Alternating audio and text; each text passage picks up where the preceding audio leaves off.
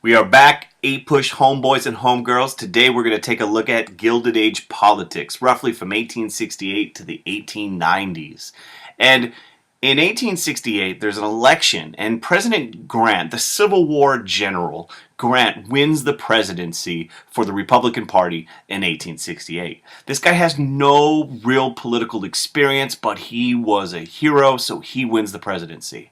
And really a big part of his victory comes from the fact that there was a temporary social and political revolution going on in the South during Reconstruction when black voters were able to vote for the first time, and those black voters are voting for the Republican candidates.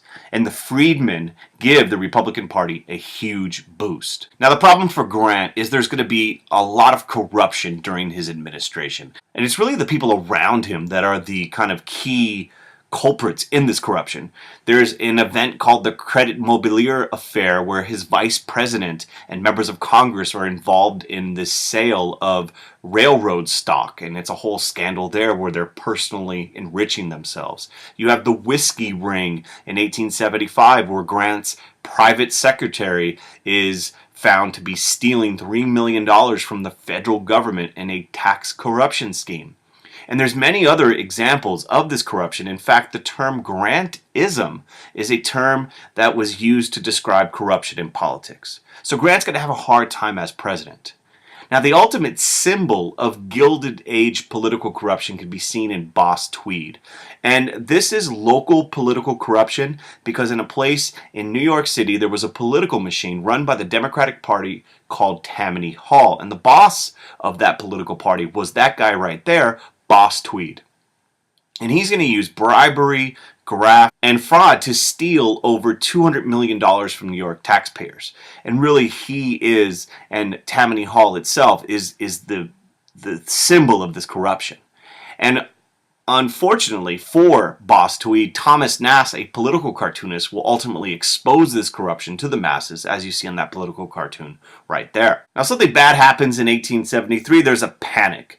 And the Panic of 1873 really kind of hurts the entire economy because it's a severe economic collapse that further distracts the nation from enforcing Reconstruction. And so there's this huge panic, banks are failing, huge amount of unemployment, business is failing as well, and there's some causes here that are revealing that the economy is not healthy. One is overproduction in industries such as factories, railroad, and mining, and overspeculation by bankers. They were giving out too much money that couldn't be paid back. And this panic lasts for a number of years, and the hard times are going to be inflicted worst on the debtors and farmers and people in those categories. And this brings up a debate over monetary policies. Debtors advocate for relaxation of tight money policies where there is a restriction to the access to easy money.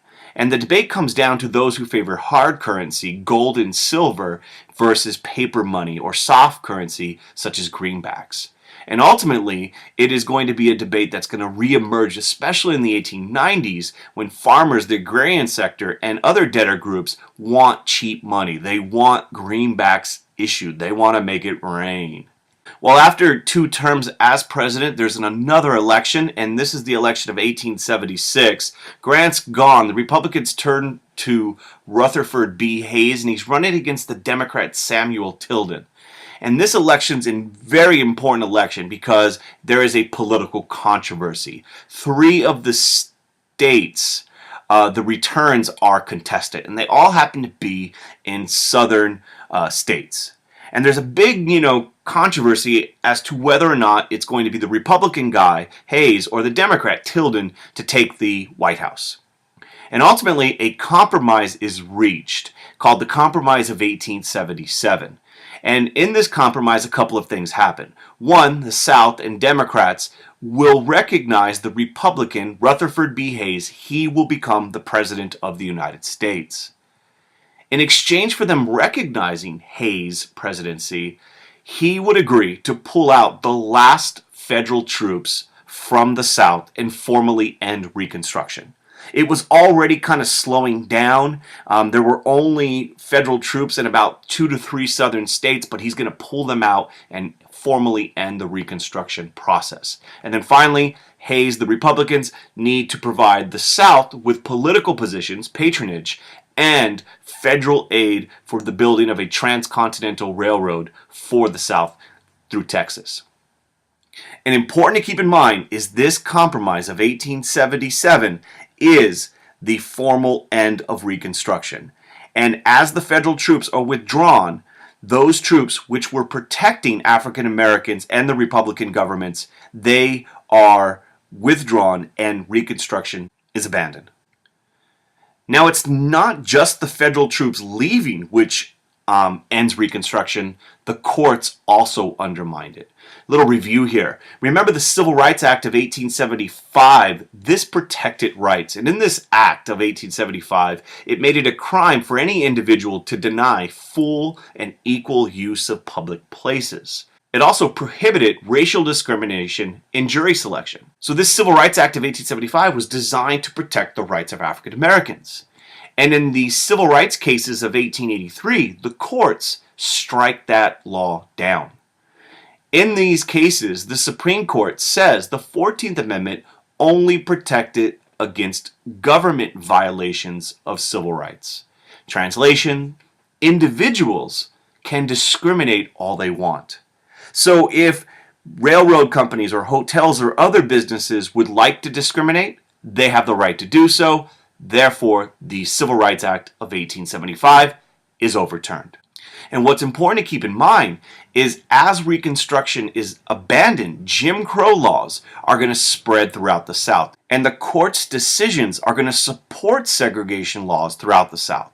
And very important, is Plessy versus Ferguson in 1896. And in this case, the Supreme Court rules racial segregation was constitutional if equal facilities were made available to each race. And this establishes the separate but equal doctrine.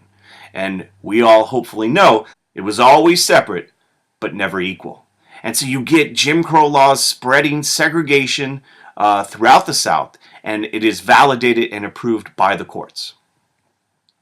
And another thing you should keep in mind is this idea of the New South in the Reconstruction and post-Reconstruction era. This idea was promoted, especially by Southerners, a few Southerners, that the South would rebuild, it would industrialize, and they would develop their economy. But the reality is, in spite of these calls for this New South, yes, there's a rise in textile factories in the South is going to largely remain agrarian, sharecropping, and tenant farming is going to continue to be the dominant economic activity. And life for African Americans in the post-Reconstruction South is going to continue to be filled with many challenges. Let me give you a couple of examples. 15th Amendment, if you recall, gave black men the right to vote, not women, and this was a big controversy, and slowly you see the systematic disenfranchisement of Southern blacks. And this was done in a number of ways, and you could see violence and intimidation was one, but also things like literacy tests, poll taxes, property requirements were designed to disenfranchise African American voters. They also established grandfather clauses, which exempted from electoral requirements anyone who had voted in the election of 1860 or prior, which meant white people did not have to fulfill these electoral requirements. And what you see, if you recall that temporary social and political revolution where Republicans and black voters were winning southern states, that's going to quickly fall apart after Reconstruction ends. And Democrats are going to dominate the South. White Democratic governments, the so-called Redeemers, are reassuming political power throughout the South. One other thing that's happening during this time period, kind of outside of Reconstruction, is a huge increase, a large increase in Asian immigration, especially from China. And Chinese immigrants, especially Chinese men, are going to play a huge role in the mining booms. You can see Chinese miners at that bottom photo and in the building of the railroads. And after those kind of economic boom and bust cycles take place, Chinese immigrants are going to spread out throughout the West, but there's going to be a spike in nativism towards Asian immigrants, especially in the West where their populations were larger. And as a result of this, you're going to get a very important law, the Chinese Exclusion Act of 1882, which prohibited further immigration of Chinese laborers to the United States. And this is a hugely important law because it's the first time immigration restrictions were put in place on the basis of race and nationality.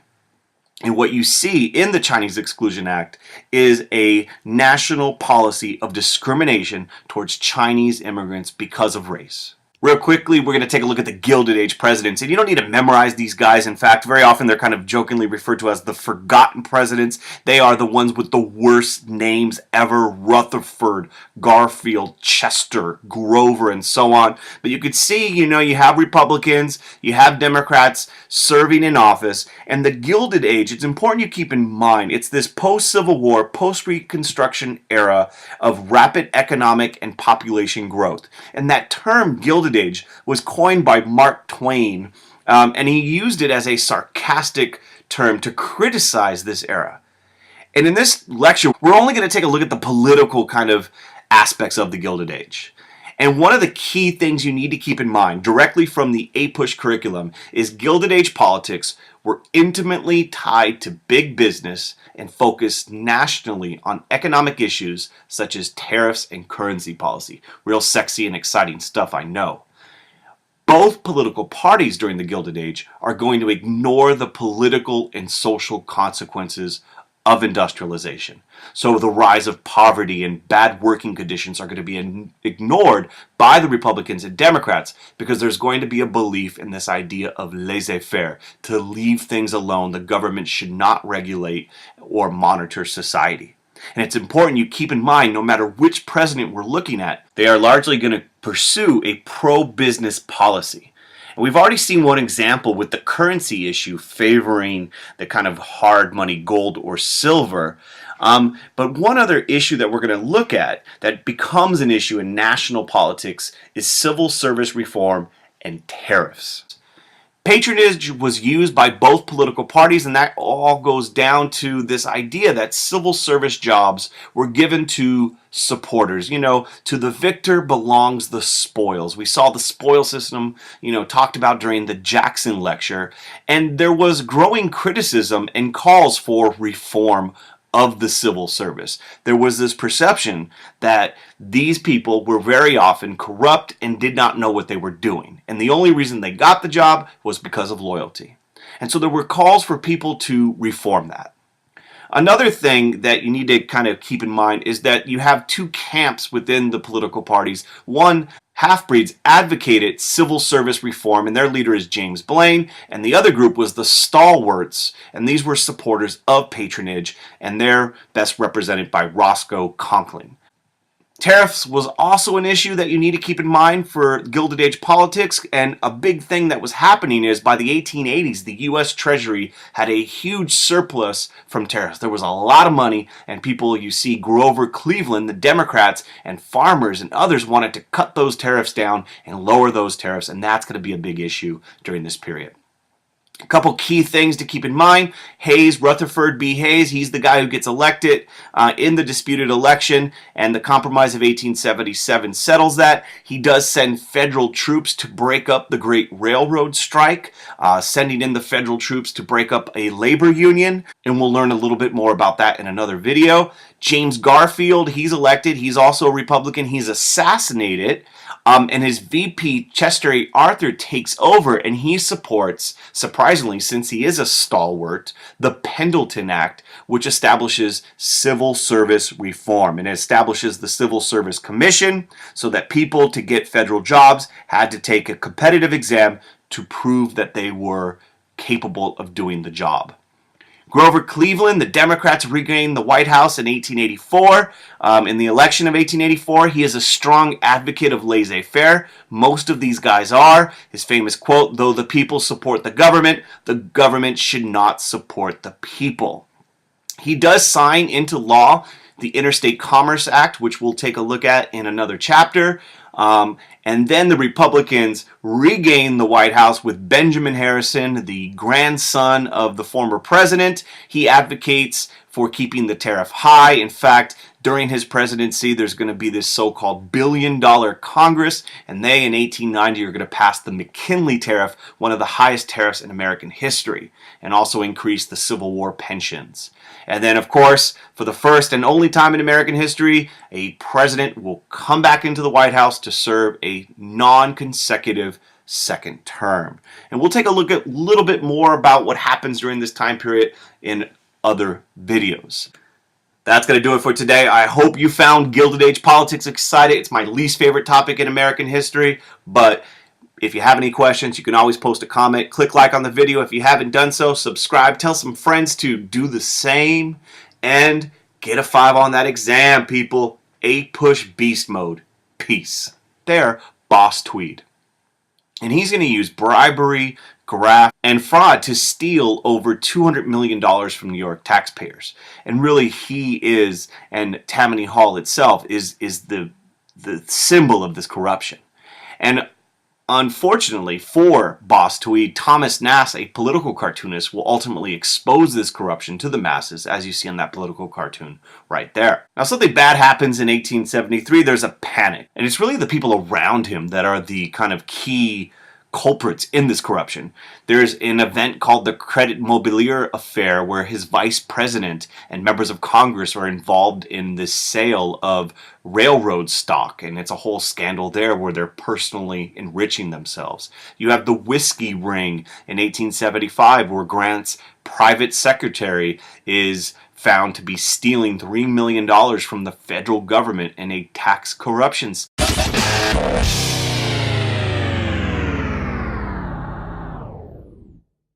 We are back, APUSH homeboys and homegirls. Today we're going to take a look at Gilded Age politics, roughly from 1868 to the 1890s.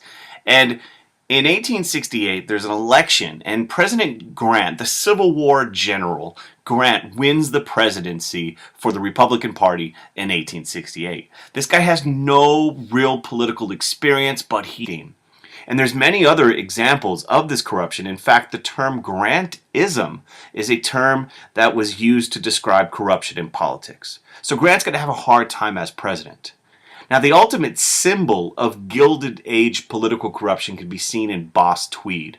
And this is local political corruption because in a place in New York City, there was a political machine run by the Democratic Party called Tammany Hall. And the boss of that political party was that guy right. He was a hero, so he wins the presidency.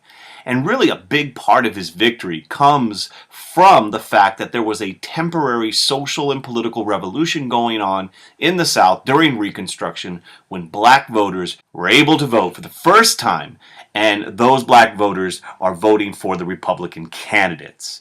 And the freedmen give the Republican Party a huge boost. Now, the problem for Grant is there's going to be a lot of corruption during his administration.